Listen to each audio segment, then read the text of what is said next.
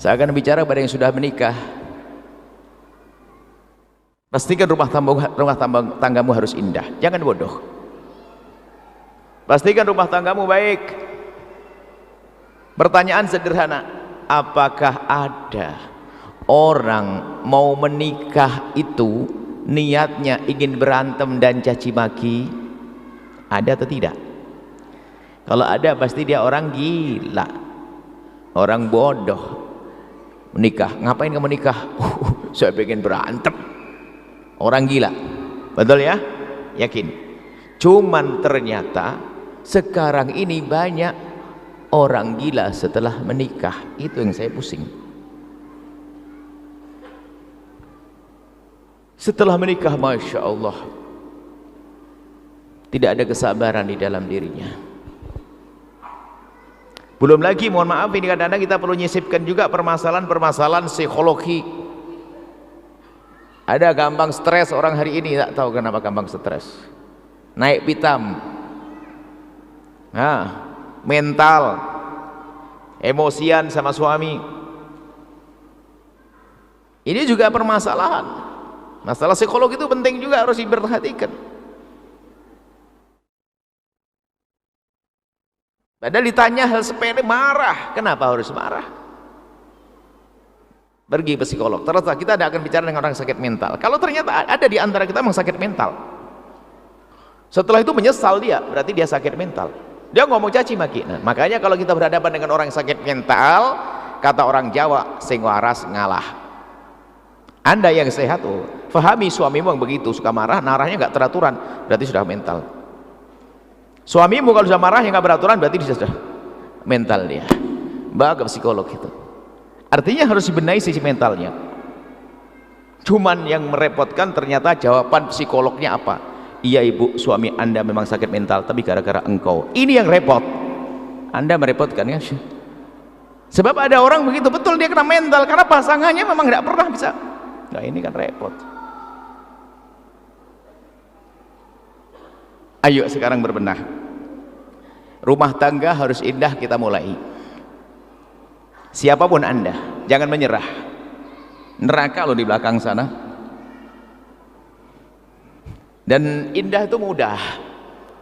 Kita harus bisa saling memaafkan, belajar, jangan gengsi. Pastikan hari ini anda tawadhu, anda berani memulai meminta maaf. Anda harus membuka diri anda. Permasalahan banyak, luar rumah tangga luar biasa, luar biasa. Di dalam rumah tangga yang namanya problem itu pasti ada selagi anda masih hidup di dunia. Rumah tangga Nabi juga ada, cuman Nabi itu dalam rumah tangganya ada permasalahan untuk jadi contoh bagi kita bagaimana cara menyelesaikannya. Dengan Siti Aisyah punya permasalahan.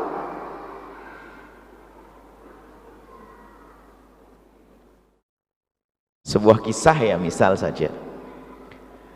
Suatu ketika ada sedikit perselisihan antara Sayyidina Nabi dan Sayyidat Aisyah.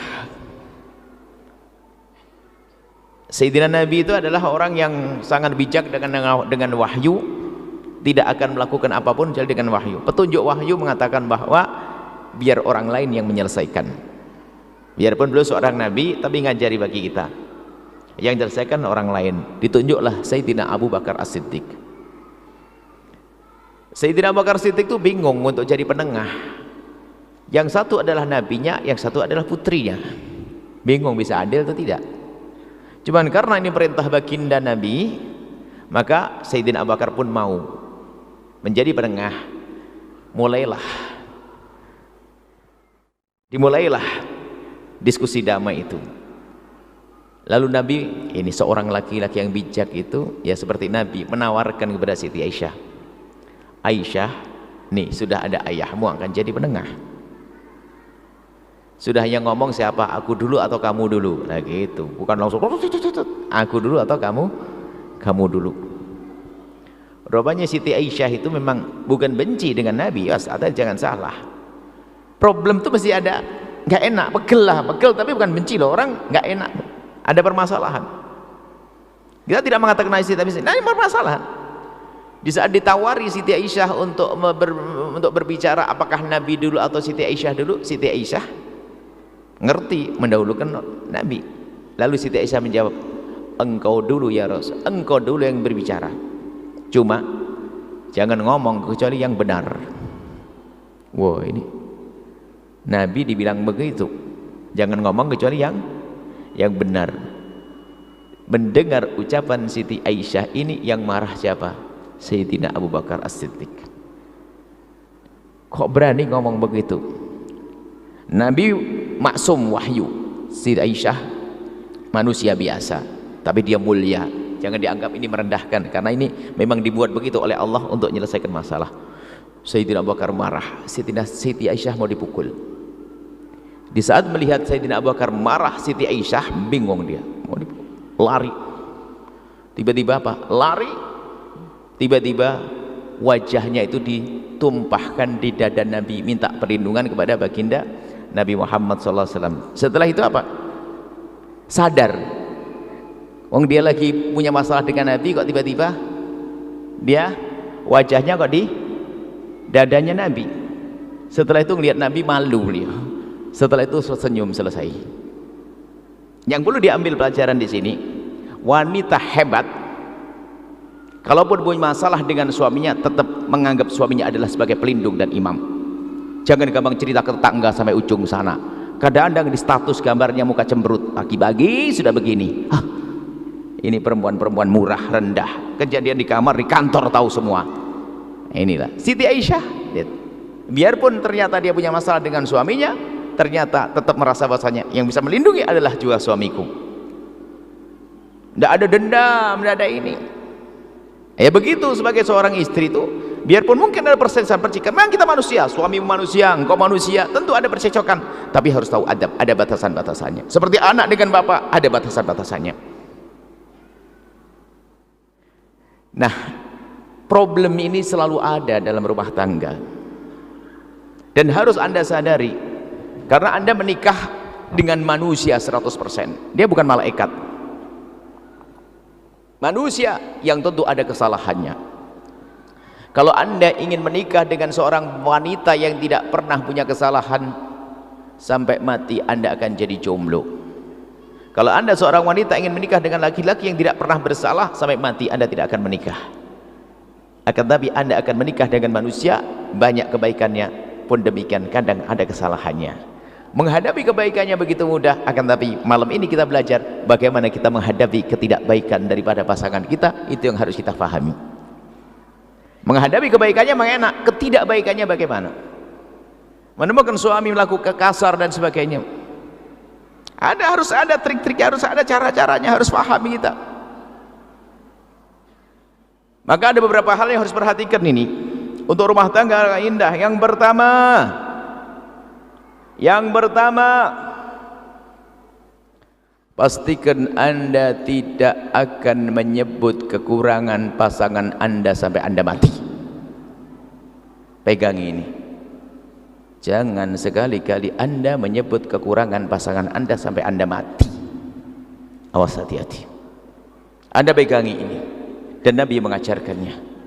Nggak boleh menyebut pasangan orang lain kekurangan-kekurangan, menyebut kekurangan, karena menyebut kekurangan itu menyakitkan, dan setelah dia sakit dia akan membalas menyebut kekurangan pasangannya, karena semua dari kita punya kekurangan. Ini kadang orang ini Masya Allah ngomong tuh seenaknya, celekat-celekit. Allah, seorang perempuan cerita, suami saya Buya kalau ngomong tuh seenaknya, komentar tentang badan saya itu sudah wong sebelum menikah sudah tahu hidung saya begini, masih ngomong kenapa hidungmu begitu, kan kurang ajar banget. Akhirnya istri yang ngomong, mulutmu kenapa begitu bang, ayo balas, apa. Kalau mau kita melihat kekurangan pasangan, jangan disebut sampai kapanpun, tutupi dengan kelebihan yang bisa Anda lihat. Menyebut kekurangan ini adalah luar biasa, merendahkan, menyakitkan, menjadikan tidak indah hidup. Sementara pasangan kita manusia, tentu ada kekurangannya, tapi kalau kita pandai menyembunyikannya, nggak perlu disebut. Cuman kadang seorang suami atau istri kadang-kadang Masya Allah kalau ngomong seenaknya, ya kenapa sih rambutmu kok keriting, keriting. Ini kan orang usil, kenapa? Tetangganya rambutnya lurus juga pengen keriting, aneh kan? Jadi orang kan Orang itu biasanya memang selalu menginginkan yang dia tidak punya itu karena hawa nafsunya dia, atau memang mulutnya mulut tajam. Kurus bilang kamu kekurusan krempeng, gemuk kamu kegemukan, hitam itu. Kenapa sih mulutnya? Diam nih, kenapa sih? Nggak diomongin sudah tahu. Menjaga perasaan itu penting. Menjaga perasaan pasangan itu penting, dan Nabi mengajarkan itu. Jangan sakiti pasanganmu. Suami yang baik pun kalau menemukan pasangannya tidak enak, jangan bilang ah nggak enak. Masya Allah, nggak perlu.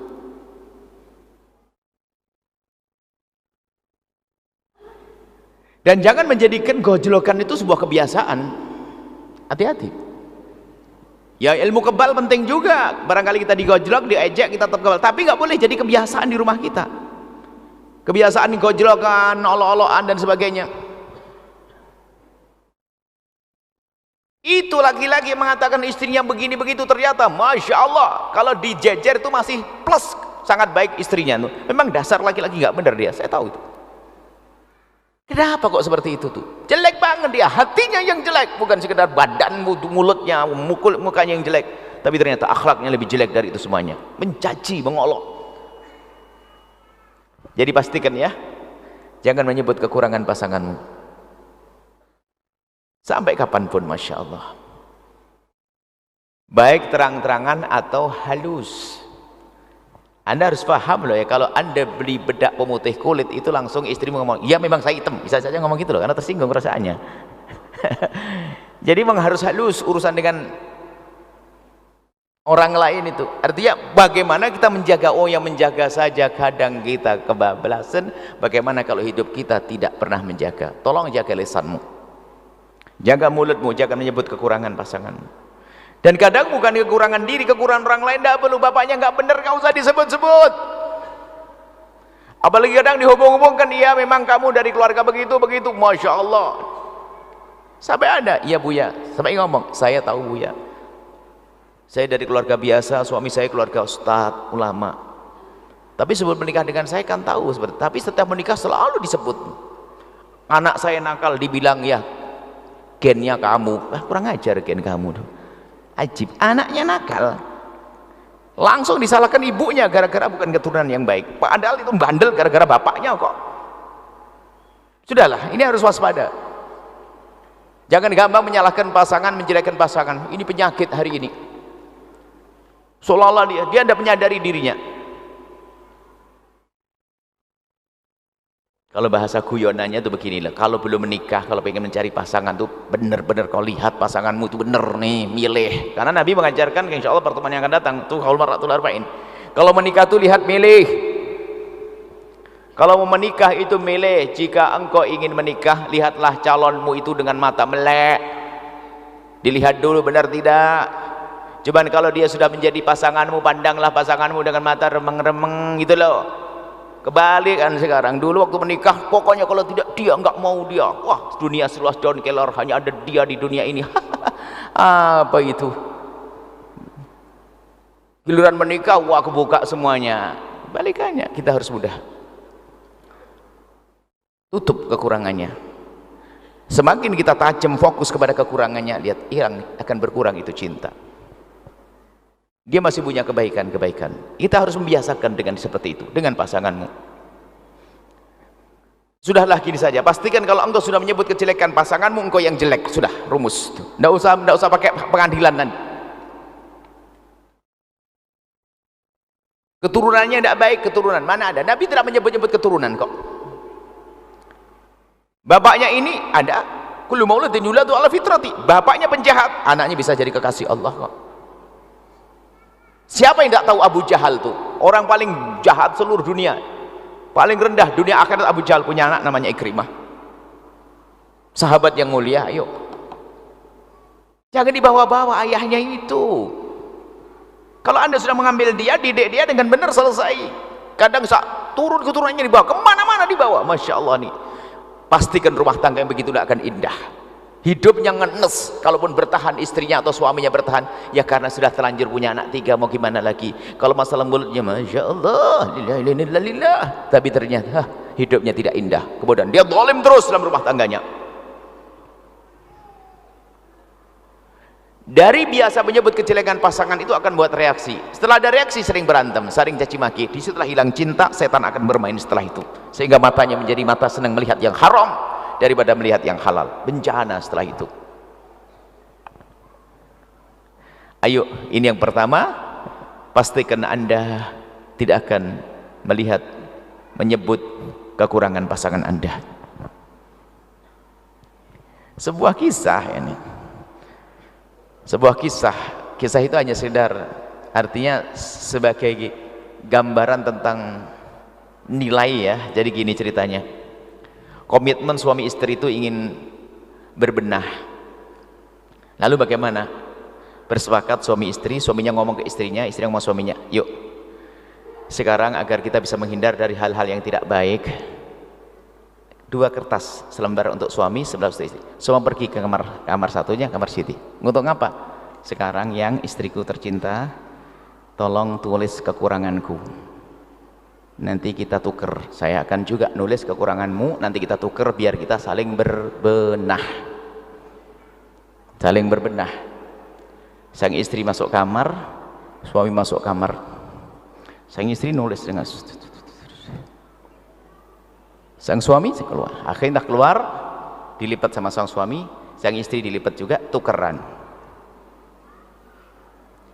Sang suami membaca, Masya Allah, abang terlambat datang malam, kurang terlambat ini, suami terlambat, suka marah, abang suka gini, semuanya banyak suami. Kata suaminya, terima kasih, saya berjanji insya Allah setelah ini aku akan berubah. Istrinya buka kertasnya setelah itu, nggak ada tulisannya. Loh, abang, kok nggak ada tulisannya? Sambil tersenyum, aku hanya bisa melihat bahwasanya kau adalah istriku yang baik, istriku yang cantik, istriku yang solehah. Aku tidak bisa menemukan kekuranganmu. Ayo, habislah. Siapa yang menang coba? Yang menang suaminya. Jadi memang ini sebuah contoh saja. Karena menyebut kekurangan tuh nggak enak. Suami insaf di sini. Wah, istrinya terlanjur semangat. Oh, boleh semuanya tuh. Saat terlambat ngasih duit itu udah tulis. Ini sekedar gambaran saja. Ternyata yang bisa menutup menurut Anda adalah bagus. Ya kan? Berarti perempuan ini apa? Laki-laki ini adalah baik karena apa? Dia tidak ingin menyebut kekurangan pasangannya. Itu maksudnya. Apalagi mohon maaf kalau sudah semakin hebat, semakin kayak ustadz. Sehingga ada pertanyaan, Buya, kapan, apa syaratnya perempuan bisa menjadi wanita karir?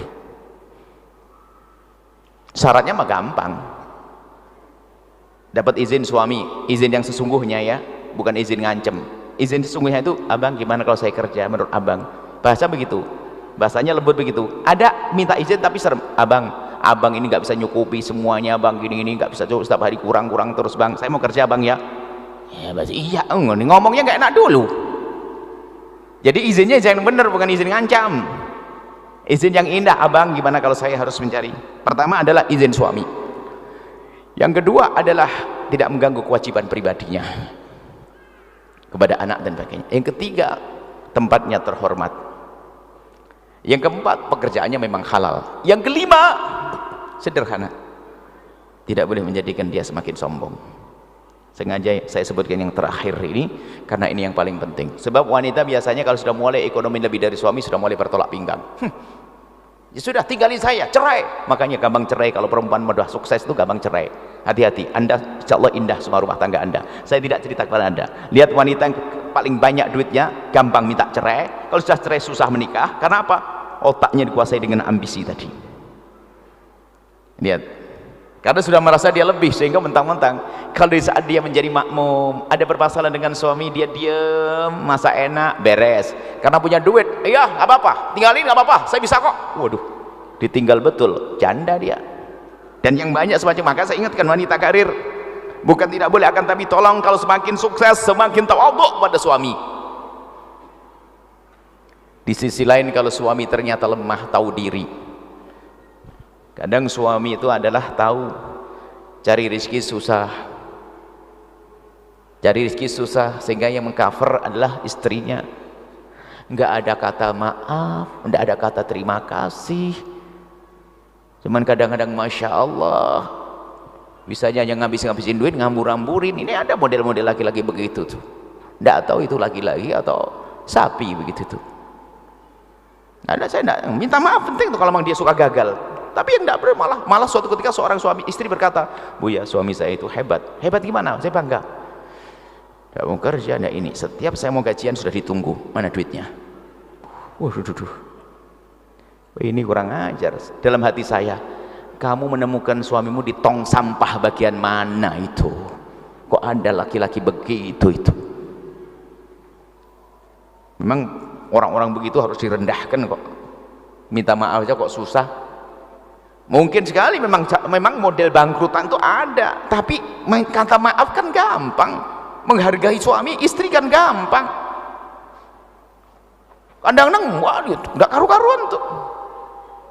Suaminya, istrinya sampai ngerawat anak semuanya, mengcover ekonomi semuanya. Suaminya untuk menutupi semuanya apa? Jadi pengawal ustadz. Wah, kacau lagi nih. Atau pengiring ustadz, ngaji sama ustadz. Hati-hati, cari nafkah. Ngaji tapi nggak cari nafkah ini. Tapi istri yang hebat adalah, ini semua jadi problem kalau melihat suaminya ternyata kok ekonominya kurang. Jangan jadi sombong. Pernah loh ya, ada hal-hal ini kita menjadi memicu permasalahan loh ya. Ada pada zaman Nabi seorang perempuan ngadu ke Rasulullah, "Ya Rasulullah, suami saya itu modelnya bangkrutan, nggak bisa kerja." Kisah wanita karir itu maksudnya. Nggak bisa kerja, nggak bisa ini. Kata Nabi, "Terus kamu makannya selama ini gimana?" "Urusan makan alhamdulillah masih ada warisan dari orang tua, jadi ada kebun kurma dan sebagainya. Cuman masa hidup terus begini ya Rasulullah, maksudnya begini, kok masa nombokin terus saya sebagai istri?" Kan gitu dia. Kata Nabi, keadilan Islam berkata, kalau memang suamimu memang sudah tidak bisa memberi nafkah, apapun alasannya, selagi tidak bisa memberi nafkah, maka di dalam Islam kurang lebihnya makna begitu, kamu boleh minta cerai. Jadi kalau suami tidak bisa memberi nafkah, kamu boleh minta cerai. Cuman perempuan ini kan bukan perempuan matre. Dia mikir, oh kok pilihannya nggak enak banget, masukku minta dinasehati atau bagaimana, kok pilihannya cerai. Ya Rasulullah, apakah ada pilihan lain? Ada. Kau sabar, kau teruskan apa yang kamu lakukan, kau cukupi keluargamu, maka di saat itu engkau mendapatkan pahala berlipat-lipat. Mendengar kabar gembira tentang pahala, kata wanita apa? Ya Rasulullah, biar aku saya mencukupi suamiku dan anak-anakku, yang penting aku mendapatkan pahala berlipat-lipat. Nah itu perempuan cerdas. Nggak usah marah-marah kalau ternyata suamimu adalah, kalau ternyata sampai dalam dikisahkan sampai beberapa wanita di generasi selanjutnya setelah baca hadis ini, perempuan-perempuan itu pada ngomong begini, ya Allah semoga suamiku melarat biar saya saja yang kaya ya Allah, tapi saya akan sabar, nggak akan marah-marah. Maksudnya apa? Nggak penting dari mana rezeki, dari istri tetap indah, jangan gara-gara dari istri mulai berubah. Dan memang kadang-kadang keunikan, ada seorang wanita sukses, dia ngomong, saya enak Buya dengan suami saya, enak. Saya nggak kuat dengan suami saya. Kenapa? Dia sukses, dia adalah seorang profesional handal, sukses, dia sukses, semuanya sukses, dia perempuan. Kenapa? Suamimu tidak sholat? Sholat Buya. Terus dia nggak pernah kerja, nggak pernah kerja. Suka ngambil duit dari kamu? Enggak. Terus ya nggak enak aja Buya, saya kerja, saya ini, dia nganggur, dia ini dan sebagainya. Nggak ngambil, nggak ngerong-ngerong duitmu? Enggak. Ceritanya adalah sudah punya anak, kemudian sama-sama janda, duda, menikah gitu loh. Ternyata suaminya begitu. Akhirnya kami ingatkan, dia tidak mengganggumu, kenapa kamu pusing? Coba kamu pikir apa yang Allah, dia memenuhi kebutuhan pribadimu? Iya Buya. Apakah nggak cukup semacam itu? Coba kalau dia pergi, lihat, Dia jauh lebih bagus, dia tidak ambil duitmu, tapi dia bisa memberimu kesenangan. Berpikirlah. Tapi iya, coba kamu berpikir, kalau dia pergi belum tentu kamu dapat lagi begitu. Bisa saja sudah nggak kerja ngambil duit, bisa aja kan. Dia sholatnya bagus, memang dia nggak bisa kerja, ternyata harus diajak berpikir, satu mikir merenung dan sebagainya. Iya Bu ya, setelah itu saya baru sadar, benar juga sih, yang penting dialah, dia bisa nemeni saya, ngelayani saya, urusan saya. Jadi sebagian wanita itu padahal rizki sudah dicukupi oleh Allah melalui pekerjaannya dia, cuman karena emosi yang lihat suaminya lemah itu langsung suami pengangguran, ongkang-ongkang, saya ngelihat begini tidak seneng udah. Nggak perlu seperti itu. Jadi pandang pasanganmu adalah dengan keindahan. Cuman ya itulah kami sampaikan, kalau suami Anda itu punya kekurangan, minta maaf, tahu diri, ya ibaratnya lah, kalau suami istri kerjanya terhormat tentu. Kalau suami belum bisa, ya nggak ada salahnya kalau ganti nyapu, bersihin rumah. Jangan sampai istri pulang rumah kotor, nggak usah ini yang cukup bisi. Wajar, biasa, nyapu di rumah nggak ada masalah ya para suami. Baginda Nabi lebih mulia dari kita semuanya, tingkatannya tidak bisa dihitung. Tapi Nabi yaqumu anzilahu, Nabi tidak gengsi untuk menyapu di rumahnya sendiri. Tapi hai para istri, jangan kau suruh nyapu setelah ini gara-gara dengar Buya.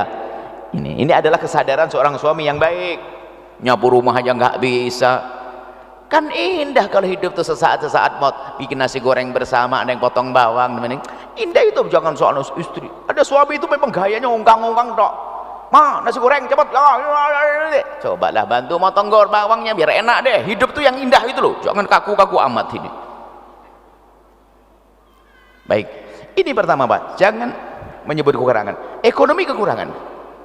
Makanya kadang seorang perempuan menjadi sombong karena itu tadi, karena berlebihan. Kita amati dia, kalau sudah banyak duit dia jadi cerai, dia bisa bayar ke mahkamah, cerai. Setelah cerai bingung dia. Setelah itu otaknya juga tumpul, mau menikah saja kan dia kaya, saya harus dapat laki-laki lebih kaya dari saya. Ya, yang lebih kaya dari kamu menginginkan orang lebih muda dari kamu dan lebih ini macam-macam kan. Gagal lagi dia, akhirnya masuk zina, masuk haram dan sebagainya. Baik, kita kembali ke rumah tangga lagi. Tolong para istri, jika ada kekurangan dari suamimu, jangan kau jadikan itu adalah bahan untuk kamu rendahkan. Hei para suami, istrimu manusia biasa, kalau ada kekurangan jangan kamu rendahkan. Sakit dia, apakah karena nasabnya dia atau karena fisiknya dia? Apalagi fisik itu bukan kemauan dia, dia punya hidung begitu itu, bukan kemauan dia punya bibir begitu itu, bukan kemauan dia rambutnya begitu. Nah, Anda berarti mengejek Allah. Ya, tolong jangan sebut kekurangannya, jangan, hindari. Kalau Anda bisa menjaga ini satu saja poin yang penting banget. Kemudian poin yang lain lagi, nanti kita lanjutkan pertemuan yang akan datang untuk meraih keindahan. Sengaja kami hadirkan rumah tangga ini, Masya Allah, problem-problem kalau kita amati ternyata bukan problem, banyak bukan masalah. Rumah tangga yang ada bukan masalah, hanya nyikapinya saja dia salah. Kalau urusan suami nggak punya uang kan bukan masalah, yang penting istri punya duit, rumah tangga ada. Sebenarnya kan tidak jadi masalah, cuman emosi. Baik, jadi jangan sebut kekurangan pasanganmu sampai kapanpun, termasuk apalagi menceritakan ke orang lain. Ada ibu itu kalau sudah di kantor itu sudah pasti tahu enggak, pagi-pagi ngomongin suaminya, gunjing suaminya, Masya Allah, sampai di WhatsApp itu, sampai temennya di kantor sudah ngomong, kira-kira berita apa lagi nih, pasti lagi. Memang ada perempuan model begitu, ada laki-laki juga begitu. Cerita kepada saya, katanya tidak akan cerita sama saya, rupanya duduk sama security sudah ngomong, nggak boleh ceritakan kekurangan pasangan pada orang lain. Berarti kan sebelum menceritakan dia ngelihat, setelah ngelihat dia nyebut. Mana ada keindahan dalam rumah tangga, nggak akan indah. Lihat kemudian setelah itu apa, karena kita biasa melihat kelebihannya, lalu kita menutup kekurangannya, semakin hari kan semakin indah hidup kita. Akan ada, Allah akan berikan kepuasan di hati, pasangan indah, saling menerima, akan tumbuh cinta setelah itu. Tapi kalau sudah caci maki, ketahuilah caci maki itu memangkas cinta yang ada di dalam hati kita sendiri. Kemudian selanjutnya, yang kedua adalah lakukan kewajibanmu, jangan banyak menuntut. Lakukan kewajibanmu, jangan banyak menuntut. Kebiasaan menuntut adalah jelek. Rumusnya Sayyidah Khadijah Al-Kubra, Siti Khadijah pernah ditanya, waktu itu Nabi belum jadi Nabi, tapi akhlak Nabi kan begini, hai Khadijah, alangkah senangnya engkau menikah dengan Nabi Muhammad, alangkah senangnya engkau menikah dengan Muhammad. Rupanya jawaban Siti Khadijah jawaban dari hati yang tulus, dari kesadaran penuh sebagai seorang wanita mulia. Dia menjawab dengan jawaban sederhana, demi Allah, semenjak aku menikah dengan Muhammad, aku tidak pernah berpikir bagaimana aku bersenang-senang dengan Muhammad, tapi yang aku pikirkan adalah bagaimana Muhammad senang dengan aku. Oh, orang cerdas. Spare. Ayo. Semenjak aku menikah dengan Muhammad, aku tidak pernah berpikir bagaimana aku bersenang-senang dengan Muhammad, tapi aku pikir bagaimana Muhammad senang dengan aku. Kalau ini prinsip dipakai, semua rumah tangga akan indah. Istri, suami pun mengatakan, berpikir bagaimana menyenangkan suami, istri.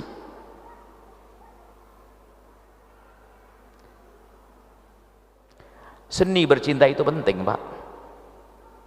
Seni bercinta itu penting. Apa yang menjadikan istri senang? Harus ada, setiap hari ada irama-irama yang berbeda. Kayaknya sering nonton film-film mesra dan sebagainya, nggak bisa mesra ya. Paling guru kemesraan sungguh ada baginda Nabi. Nyuapin istrinya aja itu waktu jadi pengantin, tok, itu pun yang nyuruh tukang potret. Setelah itu nggak ada. Masya Allah, kita perlu membangun keindahan di rumah itu. Lakukan kewajibanmu. Jadi kita harus seni bagaimana menyenangkan pasangan istri. Sampai urusan sederhana, misalnya Nabi itu kalau suami pulang ke rumah jangan bikin kejutan, tapi kasih tahu. Lah makna kasih tahu itu apa sih? Kenapa? Takut suami pulang ke rumah menemukan istrinya dalam keadaan belum siap, lalu menjadikan suami itu tidak mungkin ada aroma, kurang bersih dan sebagainya. Beritahu, tapi istrinya harus paham dong, istrinya bebel kan kacau, yang abang tak lagi pulang, maksudnya beri syarat agar bersih-bersih dan sebagainya. Tapi di sisi lain, suami itu kalau pulang tahu diri. Saya ini selalu anjurkan, tolong beli minyak wangi harganya Rp5.000 saja, sebelum pulang mampir pom bensin, ganti baju kayak atau apa, sikat gigi, kalau ngomong itu paling enggak berkurang lah aroma yang walang sangitnya itu kan. Perlu juga begitu, jangan dianggap sepele, khususnya wanita. Kalau suami datang, bersihkan wilayah-wilayah, mohon maaf, lipatan-lipatan yang kadang menginapnya, keringat itu adalah, kita manusia normal, kecuali anda itu patung, nggak akan keluar keringat, nggak akan berubah, atau robot. Anda manusia, laki-laki juga demikian, menjaga. Jangan sampai ada seorang suami hanya menginginkan istrinya dandan terus, tapi anda sendiri super acak-acakan. Mungkin anda mengatakan, nah memang saya model gini, mau gimana lagi? Ya lalu sudah begitu, masa kamu biarkan tambah karu-karuan lah, tambah dikit lah, sisiran, minyak wangi dan sebagainya. Ini Nabi mengajarkan begitu. Nabi itu harum loh ya. Nabi itu sudah wangi tapi pakai minyak wangi. Sampai dikatakan bagaimana Nabi kalau masuk kamar istrinya. Siti Aisyah ditanya, apa yang dilakukan Nabi kalau masuk kamarnya? Siti Aisyah mengatakan apa? Pakai siwak, membersihkan mulutnya, padahal mulut Nabi bersih, wangi. Kenapa? Meyakinkan kepada pasangannya kalau dia telah membersihkannya, padahal sudah bersih. Kenapa? Sebab kalau sudah masuk kamar suami istri adalah beda, mungkin berpelukan dan sebagainya, sehingga beliaunya sendiri sudah mempersiapkan untuk bertemu dengan pasangannya. Ini penting wahai para istri. Ada istri itu masya Allah cuek, dan ini mohon maaf saya sampaikan, ini pengaduan dari bapak-bapak, bukan bapak di sini, di sana. Aduh Bu ya, masya Allah, istri saya itu hanya dibersihkan sini tok, selebihnya masya Allah kalau sudah dibuka, oh innalillah. Bukan anda, saya ngomong di sebuah kisah, nggak peduli kadang-kadang istri perlu bersih, bersihkan diri Anda yang rapi, jangan sampai ada aroma-aromanya. Karena nggak peduli kalau hadir pengantin, Masya Allah baju barunya dipakai, giliran suami adalah daster robek tahun 2005. Mana itu? Apalagi kadang-kadang sudah punya anak itu sudah tambah jangan gitulah ibu yang solehah, sebab upayamu untuk berdandan bagi seorang suami ada nilainya. Sebab kadang-kadang kalau sudah terlanjur punya anak mau gimana lagi, udah begini ya, tidak begitu. Tetap dianjurkan untuk tetap. Di samping tadi nggak boleh kita menyebut kekurangannya, tapi diri kita sendiri harus berusaha untuk menjaga, termasuk aroma dan sebagai kebersihan. Ada betul sih ini rambutnya Masya Allah, mungkin sarangnya kelabang gitu. Laki-laki juga demikian. Nah, ini maksudnya apa? Bagaimana pasanganmu senang? Jangan hanya kamu senang saja. Termasuk dalam urusan yang sangat pribadi, mohon maafin majelis mulia, urusan sangat pribadi, hubungan suami istri. Kadang orang egois, karena suaminya memang tidak pernah bersih, sehingga sang istri melayani suami hanya tahu kewajiban saja, bukan ingin bermesraan. Ini pengaduan juga bagi banyak wanita. Sehingga seorang wanita itu melayani suaminya hanya karena kewajiban, takut dosa dikutuk malaikat. Hanya begitu saja sudah. Karena suaminya nggak pernah tahu diri, mencoba sedikit bersih atau apa, pakai muqaddimah, rayuan dan sebagainya. Hanya kalau ketemu suami istri langsung saja tutup poin, nyeksa istri. Nabi marah, Nabi tidak senang dengan laki-laki yang mendatangi istrinya seperti binatang mendatangi betinanya, tidak pakai muqaddimah.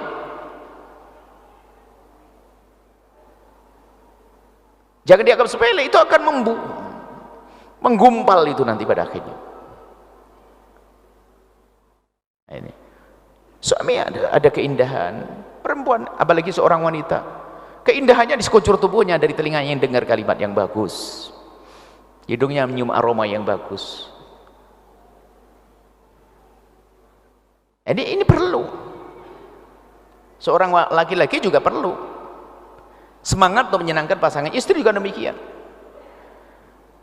Ada hadis Nabi SAW ya, idza da'a ar-rajulu imra'atahu ila firashihi, ada kasih hadis masyhur, kami mengatakan hadis terindah buat wanita. Ceritanya begini, jika ada seorang laki-laki mengajak istrinya ke atas ranjang ila firashihi, fa'abat, kemudian perempuan itu nggak mau, ogah-ogahan, fabata ghadbanan, kemudian laki-laki itu nginep semalam marah karena istrinya diajak hubungan nggak mau, marah sang suami, la'anat hal malaikatu hatta tusbih, malaikat akan mengutuk dia sampai pagi. Ini orang yang nggak ngerti dunia keharmonisan menganggap main kutuk-kutuk. Kalau bagi kami itu adalah hadis terindah untuk wanita. Coba diamati hadisnya, diajak kemana bu? Kemana? Ke atas ranjang, bukan naik pohon kelapa, bukan naik puncak gunung, bukan, diajak ke atas ranjang. Bukankah ranjang adalah tempat terindah dalam kisah romantisme, dalam kisah romansa, kisah cinta? Terindah adalah ranjang. Jika ada seorang perempuan diajak suaminya ke atas ranjang, kok ogah-ogahan, nah ini kan hadis paling indah. Lah kok nggak mau, maka akan dikutuk oleh malaikat sampai semalam, naudzubillah. Nah akhirnya cuman kita merenung, kenapa kok bunyi hadis itu begini, ke tempat yang indah kok.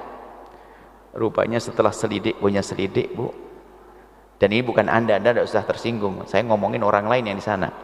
Ternyata pak, memang banyak perempuan itu kalau diajak suaminya tuh ogah-ogahan. Kalau sudah diajak hubungan tuh alasannya macam-macam, yang nidurin anak, ngangetin nasi, nyuci piring, macam-macam. Itu ada perempuan-perempuan banyak macam-macam alasannya itu.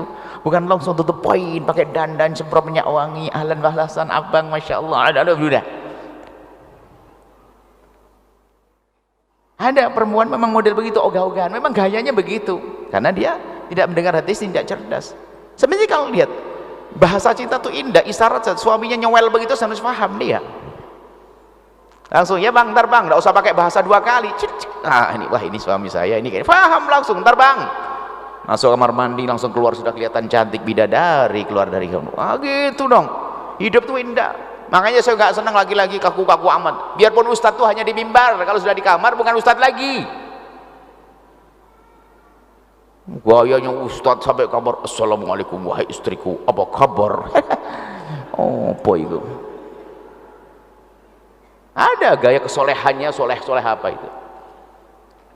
Nabi itu adalah mengguyoni istrinya, mengajak guyonan dengan istrinya, menyenangkan istrinya. Ini istri juga demikian. Coba kalau semuanya punya semangat menyenangkan pasangan kan indah. Termasuk mohon maaf, ini majelis mulia wahai hamba Allah, ini majelis mulia. Hubungan pribadi, hubungan suami istri. Hubungan suami istri, jangan egois. Ini majelis mulia kami sampaikan, mungkin tidak setiap orang menyampaikan. Tapi kadang ini perlu perhatikan. Kadang seorang suami yang baik, yang soleh wahai ibu, karena di luar melihat sesuatu yang tidak boleh dilihat, cuman karena manusia hidup di tempat astagfirullahaladzim, haram itu. Ngelihat aurat misalnya. Mungkin ada perempuan pakai rok pendek dan sebagainya, dia bilang Allah astagfirullahaladzim, cuman dia kuat imannya, yang kebayang hanya istrinya. Bayangkan syahwat bangkit, dibawa pulang itu syahwat, sampai di rumah istrinya bilang besok aja bang, apa tidak stres dia. Ayo bayangin.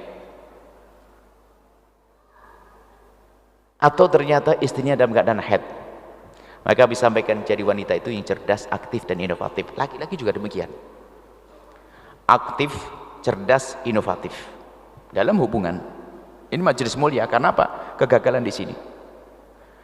Tapi sebelumnya kami ingatkan, jangan biasa nonton film kotor, hei hamba Allah. Itu merusak rumah tangga halus, akan kami sampaikan di bab akhir kayaknya.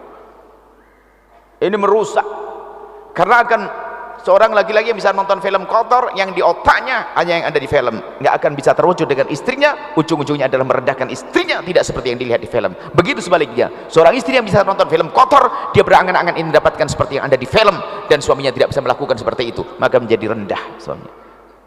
Jangan percaya dengan fatwa ustadz-ustadz ngaco yang mengatakan nonton film kotor itu kalau suami istri boleh. Nggak boleh, merusak hati itu. Kalaupun bangkit syahwat bukan karena pasangannya, karena yang ditonton. Ini kami tegaskan, jangan main-main, jangan mau kalau anda ingin diajak suami aja nonton itu. Enggak, sebetulnya suami anda ingin membangkitkan syahwat bukan dengan anda. Tapi kalau orang menjaga tidak boleh lihat yang haram, mudah syahwat bangkit dengan pasangannya yang halal. Hati-hati, hari ini harus kita sampaikan. Dan juga menjadi sebab ketidakpuasan di rumah tangga karena sudah sering nonton film kotor. Sementara hari ini begitu mudahnya orang mengakses film-film seperti itu. Apalagi dengar fatwa katanya kalau suami istri nggak apa-apa.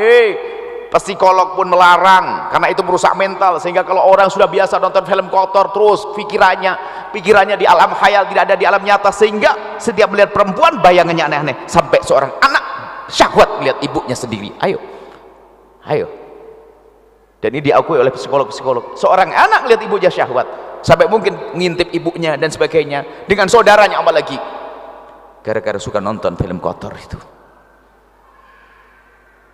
Jangan main-main, jaga mata anda agar semakin indah di rumah anda. Jangan dianggap sepele ini. Kalau sudah rosak mentalnya, tidak menemukan di alam nyata, sehingga dia tidak menemukan kesenangan. Dan itu bahaya sekali film-film semacam itu, bahaya. Katakan Al-Quran, wa kullil mu'minina yaghuddu min absarihim, katakan kepada kaum pria agar menjaga matanya. Di saat dia bisa menjaga mata, akan semakin indah pasangannya. Wa kullil mu'minati yaghdudna min absarihinna, katakan pada para wanita untuk menjaga matanya, akan semakin indah pasangannya. Nah, seperti itu. Sehingga semakin diobral di mata, maka semakin rendah yang halal. Termasuk, saya lanjutkan sedikit, menyenangkan pasangan, semangat menyenangkan pasangan dengan cara yang halal. Mohon maaf, ini saya sampaikan pada wanita yang cerdas. Anda harus aktif, inovatif. Mungkin suatu ketika, karena Anda punya waktu yang harus Anda libur, melayani suami dengan cara yang normal. Ada waktu haid. Ini mungkin tidak pernah disampaikan di mimbar, akan tapi perlu kami sampaikan karena hari ini memang mendesak harus beri ilmu-ilmu semacam itu. Mungkin ini suamimu yang sangat soleh tiba-tiba pengen memuaskan dirinya dengan Anda, karena Anda adalah halal bagi dia. Cuman karena anda tidak terjas, hanya gara-gara head. Head itu Masya Allah, kadang-kadang headnya seorang perempuan libur tahajud sih iya, tapi bangun malam seharusnya nggak boleh libur dong, nemeni pak suaminya lagi tahajudan, buatin kopi, zikir di tengah malam, kan sama. Biarpun anda head itu tetap bangun malam dianjurkan untuk memenuhi panggilan Allah. Yang Allah manggil, mana orang minta ampun kepada aku akan ampuni, biarpun dia head. Jangan libur dong, ini kan jarang ngaji itu. Kalau sudah head libur, nggak ada tahajud, nggak ada, tetap bangun zikir, cuman tidak sholat, memohon kepada Allah. Termasuk urusan suamimu. Lu bagaimana urusan suami? Saya kasih tahu, wahai hamba Allah, ini majelisnya orang besar, orang dewasa. Ingat wahai istri, seorang suami kadang punya hajat syahwat karena dia orang kuat iman dan sebagainya, pengen pulang ke rumah, istrinya lagi haid, atau mohon maaf kerja pulang Jumat berangkat Ahad, kan begitu biasanya kalau tempatnya jauh. Akhirnya apa, pas pulang istrinya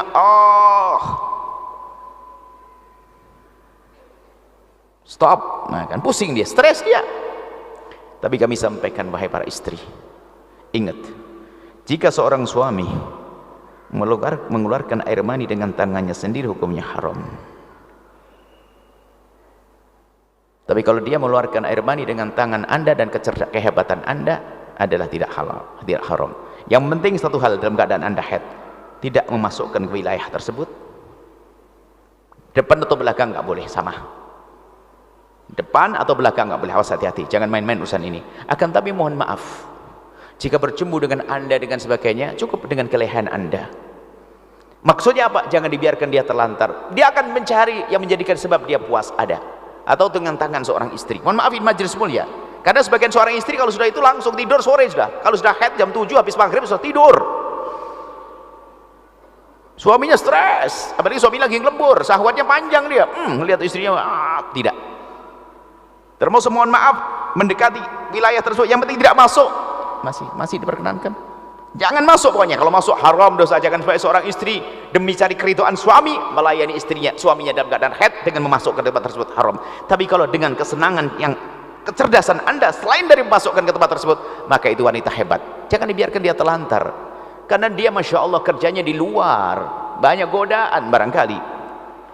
Begitu juga seorang suami. Jangan jika anda sudah puas terlalu anda biarkan istri anda terlantar. Anda pun bisa dengan kelehan anda.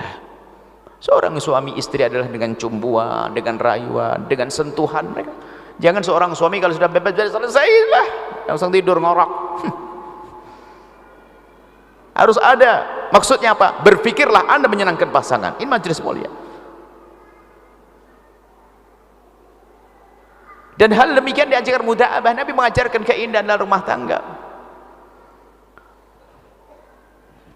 Kemudian seperti yang kami sebutkan sebelumnya adalah jaga mata anda.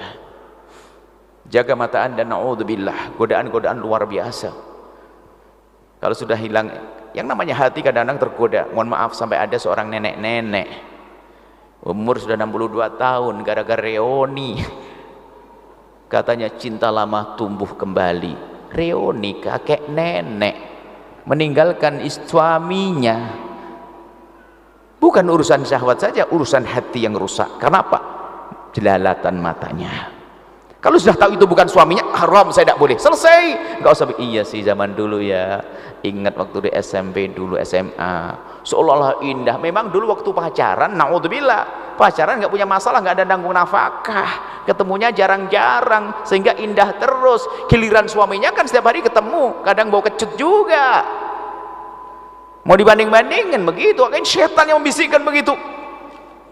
Nenek-nenek ninggalin rumah, ninggalin cucunya. Itu yang waktu itu sempat diselesaikan. Urusannya mata. Semakin anda menjaga mata anda, semakin indah pasangan anda. Dengar, hai hamba Allah, jangan jelalatan. Halal, anda gitu halal.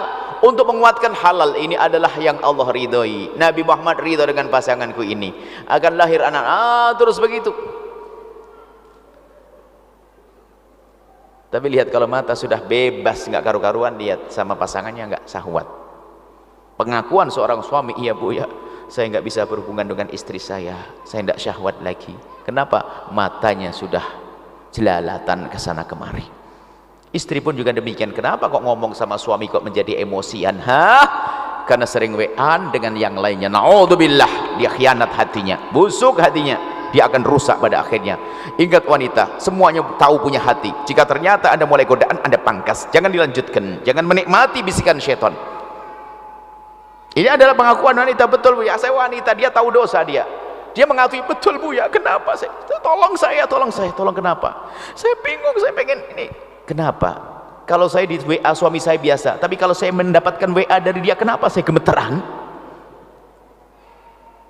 Ayo, kalau mendapatkan WA dari dia bergetar saya Bu ya, geteran saya. Dari suami saya biasa-biasa saja. Karena itu tadi nggak mungkin serta merta, tak gitu kan. Pasti kamu pernah merenungi selama WA sebelumnya, kenapa? Coba kau renungi, gara-gara kau pikirkan. Ya karena merenungi berandai-andai, oh iya waktu itu, mulai. Nggak ada serta merta. Coba aja Anda sama saya ini yang muda, gimana? Nggak ada WA langsung gemeteran, nggak ada, dari mana? Kalau sudah 3 kali ada bahasa-bahasa yang ini mulai masuk kan begitu.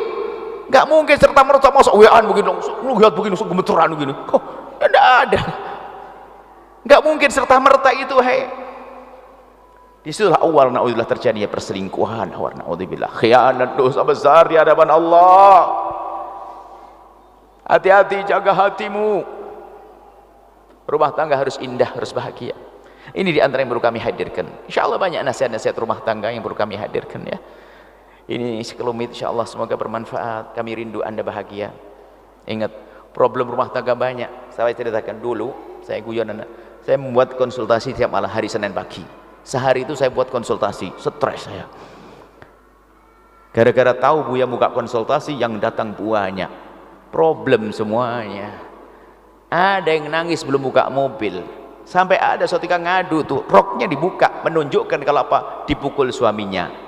Ini Buya bahan saya sampai biru dipukul, ya tapi ya jangan dibuka depan saya. Cuman begitu tidak kuat, begitu menunjukkan problemnya berat sekali.